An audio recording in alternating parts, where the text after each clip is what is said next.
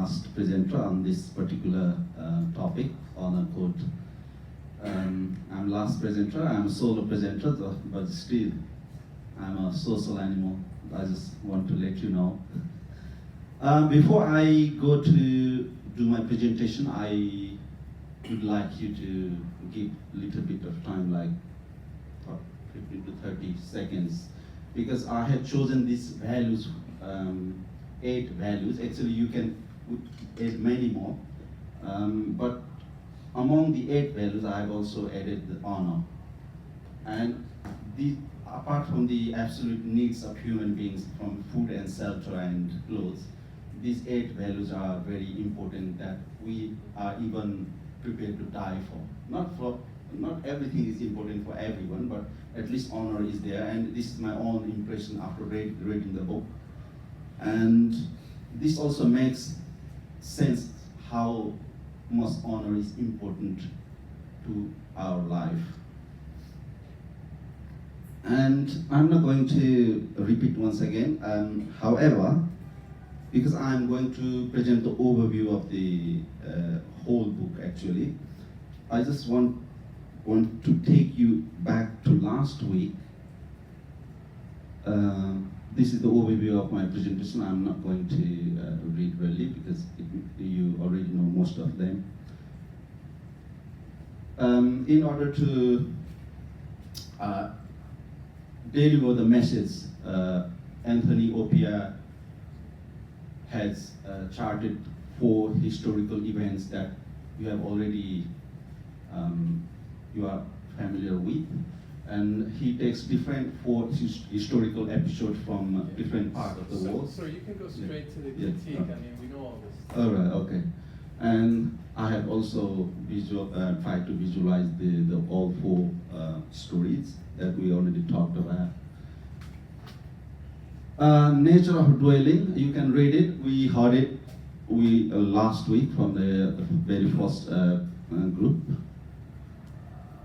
And still, I'd like you to give a 20 seconds. This is very interesting on how the pistol dueling works actually, how to play. This was the way pistol dueling would take place between the aristocrat class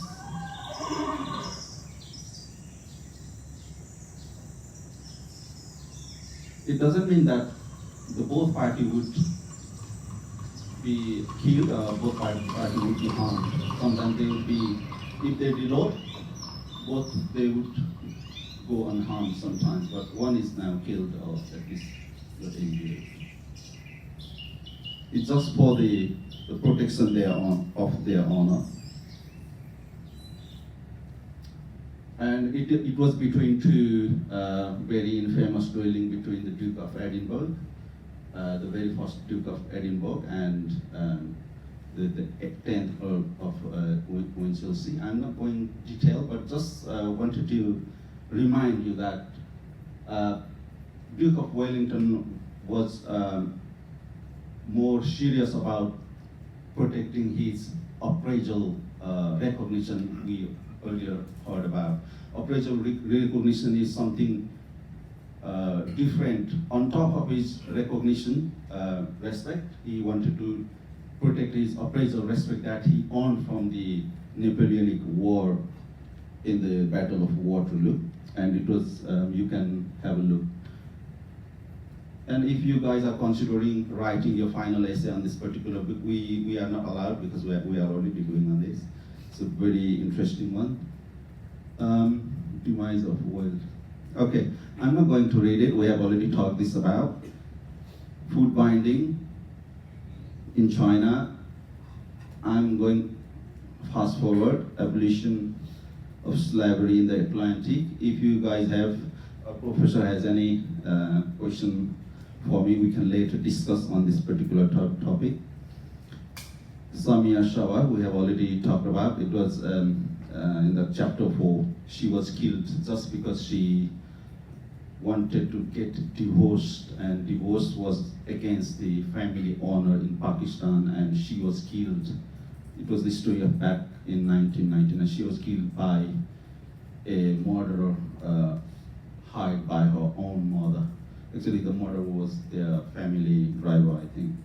So this was one of the driving story in Pakistan that made a lot of development in the way women are being treated now in Pakistan. It's evolving. Okay, now I want to start from here. Actually, I'm already halfway through. I'm not going to take long, but if I don't take 20 minutes like anyone else's, that would be not fair for me, Professor. So I'd like to take my time now on. As we already heard, the Kwame Anthony Opia's his really objective of the books, or as a reader, what he wants to deliver to us as a writer, to what is his message? The objectives of writing a book is really about how moral revolution happens in a civilization. And when we talk about, think about, read about, or learn about the way civilization progresses, the way history goes forward, or the way we have come to this point of history, we often take things for granted, that we have developed the society, the civilization has come to this point on its own way. But Kwame Anthony Opia tells us the story that in order to come, for us to come to this point of history, the honor has played a significant role, and that has steered the way society and the civilization moves forward. And this is the main objective of the book, because when it comes to society's evolvement or history, the way history goes forward, we often give credit to the sometimes world events like World War, or maybe Napoleonic War, or maybe we give credits to science as well. But Kwame Anthony Opia, he wants to tell us that moral revolution is the main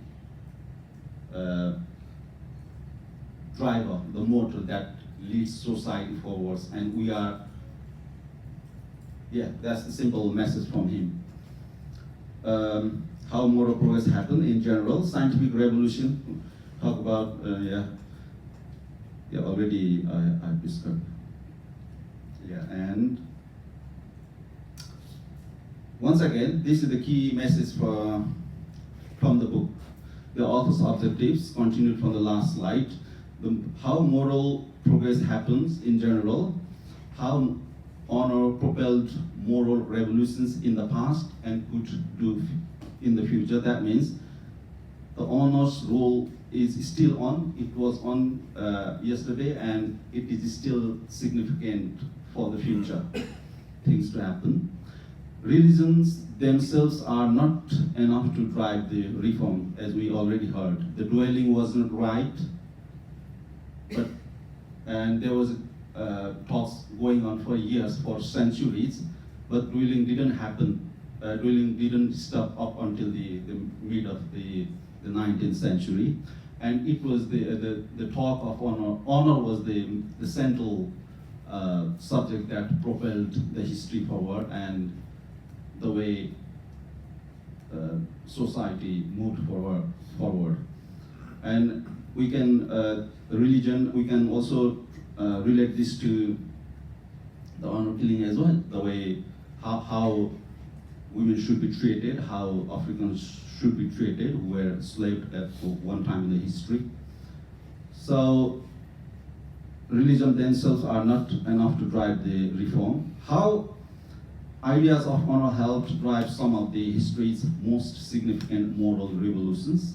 For example, fast-forming social consensus that led to the evolution of slavery.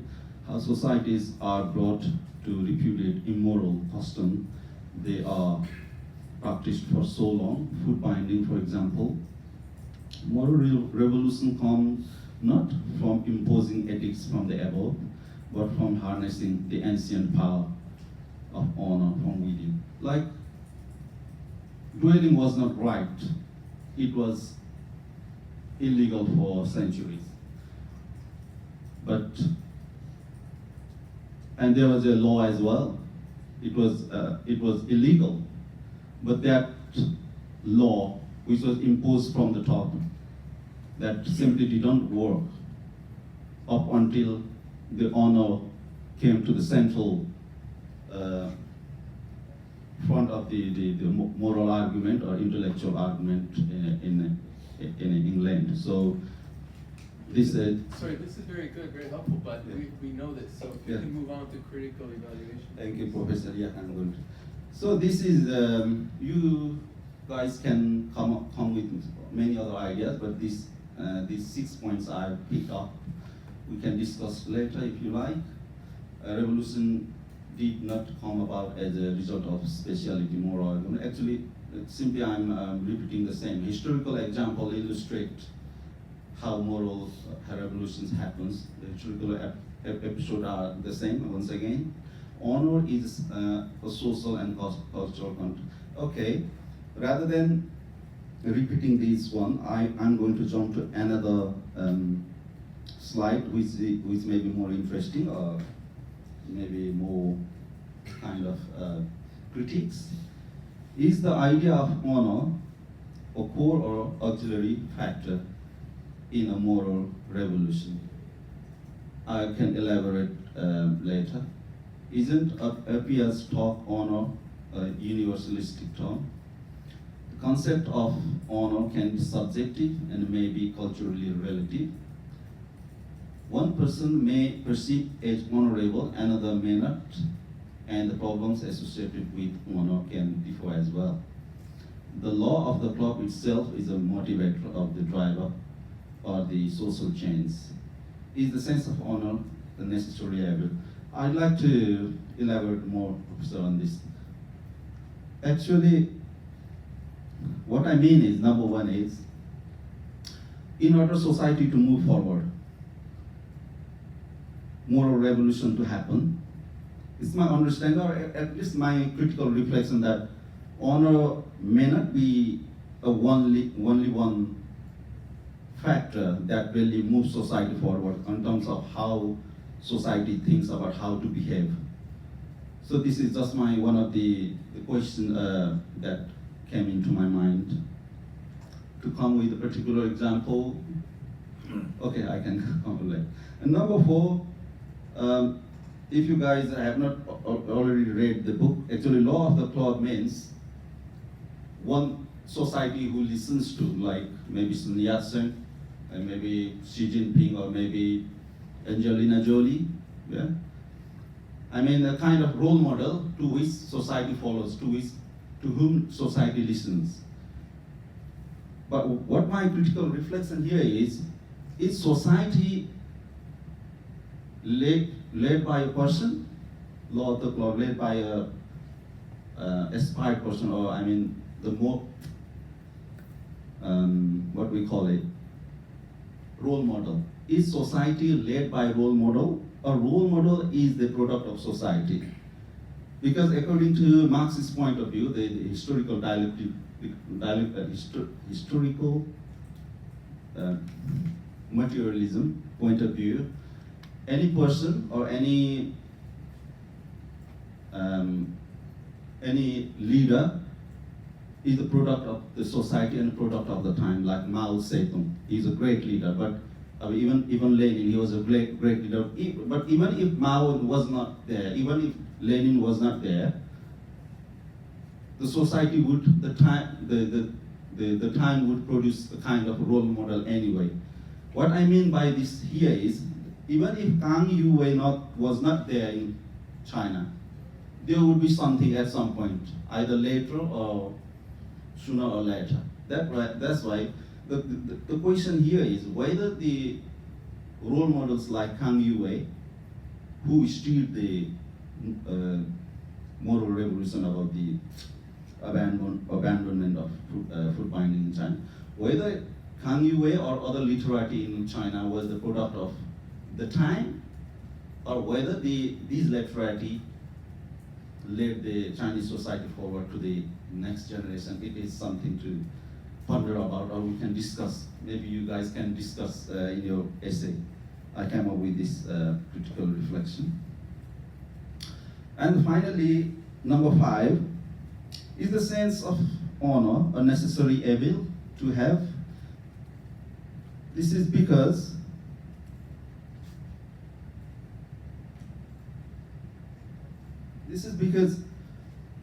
earlier guys said, actually what book says also, we are giving most credit to the honor, the sense of honor. But the sense of honor doesn't only bring the good, it brings the bad as well. By that I mean, we can see from the list here, the sense of honor is related to self-respect, as we read in the book, the dignity and recognition. It is kind of, these are variable, independent variable, and honor is a kind of dependent variable. And these variables are again attached to pride, virtue, ambition, promotion, politics, identity, ego, esteem, marginalized. What I mean by this term is that having sense of honor can create necessarily a kind of pride necessary then you should have. And let me give one extreme example like Adolf Hitler. We had a Second World War and millions of people were killed. Apart from his love to the nation, Germany, and apart from his love and respect to his own ethnicity, like Aryan race and German, and his love to the country, to what extent the sense of honor might have played. Because this having sense of honor is not only good thing, it also creates a difference between people. It others people. I'm better, he's different. It's this kind of nationalism as well. So if we have to look at the honor, sense of honor in a different point of view, critical, we can't give too much credit to the honor. That's why I put this list of, let's say, variable, and you guys can write on your essay. And actually, I don't have marks. Okay. Yeah. Finished? Yeah. Okay, so Yeah, I think please that's come. very interesting. So the 2 points here, at the end especially, one is about the role of the individual. Yeah. And I think it's tied to something that we haven't discussed. I keep on pressing this point, that it's about revolution, it's about fast change, right? So the Marxists might say that because of new technologies or whatever we have change, but maybe the role of the individual is important in speeding up the change, right? Like maybe if there weren't Kang Yuwei, the change about foot binding would have become slower, or if there weren't those people fighting for the end of slavery, it would have come about slower. So maybe there's no contradiction here. It's not the whole story, but it's an important story in speeding up the moral revolution. That could be the point here. But I do want you to say about the example that you were going to use. What is the example that you were going to use? Yeah. That's interesting. I'm going to take another 2 to 3 minutes. I That's think. okay. And then The example comes from, actually this makes sense, this book has a lot of things to deliver to us. The example comes from my own history, my country as well. It's been over 250 years since the Anglo-British East India and Anglo-Nepali War back in 1814. I'm a Nepali. Nepal lost the war and it lost like 2/3 of land, which is now in India. And one of the treaty, the point was also that because Nepal lost the war, all those soldiers needs to be recruited to the British East India. And since then, up until now, even now the war is not fought with a knife or really with a gun. It's a war between technology or you have to use your mind. But still, there are, you have heard Gurkha soldier, the warrior, and still being recruited. And it is a kind of family honor. If you are recruited in the British Army, you are seen as you have a kind of pride. You have something to be proud about still. But it's a kind of national shame because you are being recruited for money. You are not giving your life. You are not being recruited for your own country. You are being recruited for the interest of Great Britain. And to what extent is it moral to go to Afghanistan, to go to Iraq and kill innocent, or maybe whatever? It's just for the money. And you have nothing to do with apart from your sense of having honor. Okay, I'm a soldier of Imperial British, and I'm continuing my family pride and that kind of ritual. But in a moral point of view, this not now, but as you said earlier, if our generation in 50 years they look back, I'm a son of Gurkha. I also joined, but I quit after a few months because this kind of films came to me. And when our generation, they look us back in 50 years time to now, this will be the kind of, Very thing interesting. about, yeah. Very interesting example. So this is a case where the honor was tied to being a Gurkha, but maybe at the time there was a connection with morality, but eventually it will not be viewed as something moral. We are fighting, we are being recruited for money. Right. But the nation, the Nepal is still kind of, they are selling their citizen to bring money from the Britain to Nepal. We can relate in that way. Okay, very good example. Yeah. So I'd love to talk more, but we're already over time, so thank you. So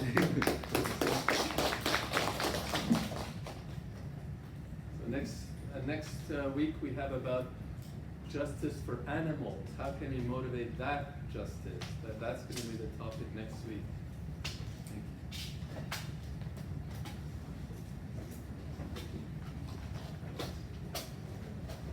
To all that.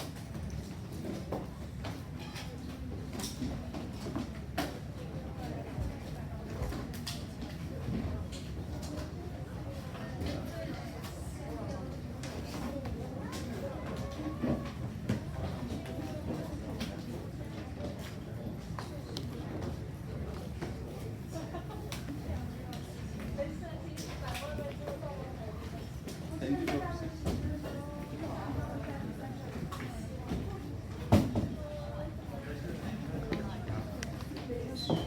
Oh, I talk quite long. Yeah. I didn't realize. I didn't realize. Oh. I couldn't deliver all the. No, it's okay. Just It's finish. okay, yeah. Just finish and forget about it. Sorry? Yours is already in my videos, but it's not funny. I deleted it.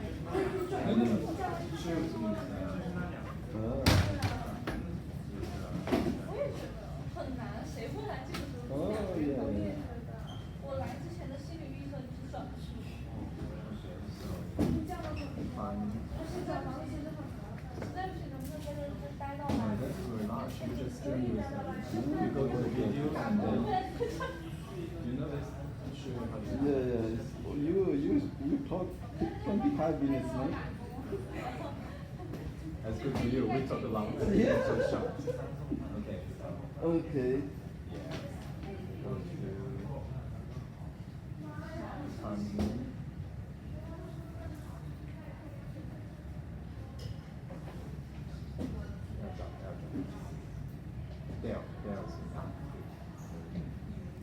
How about the girls? They don't know. Do you girls want your video? No, you wrap in one or you wrap three? You wrap in one or in three? Huh? You wrap No, in- you separate. Separate. I see. No, fine. Sent her. Let's No, go to sleep. no. But it was good. She was sweating. She was Because when sweating. you're being asked, I just cut off. You can shut it off. Yeah, because you are not very fluent when you are being asked by professors. So you are wondering about what to answer, you know. I don't know what to answer. Got it? Actually, No. I cannot Okay. understand what my It's done? chapter says. Again. 英语对我来说不是用来搞学术的。 No, you don't touch it. It's okay. Ah, No, it's already there. You are asking to send twice. thanks a lot. Let's go. This So is- what will we celebrate? Celebrate what? Are we going now? We think about to eat something. You want to eat? Where are we going? I don't know. But you sure you wanna eat some noodles at this time? Maybe you guys go. I'll join you next time. 他打了个嗝。 Okay. Yeah. 我随便无所谓，没事。那就走走走走过去。 I have another presentation tomorrow. Yes. Me too. Do you? Where you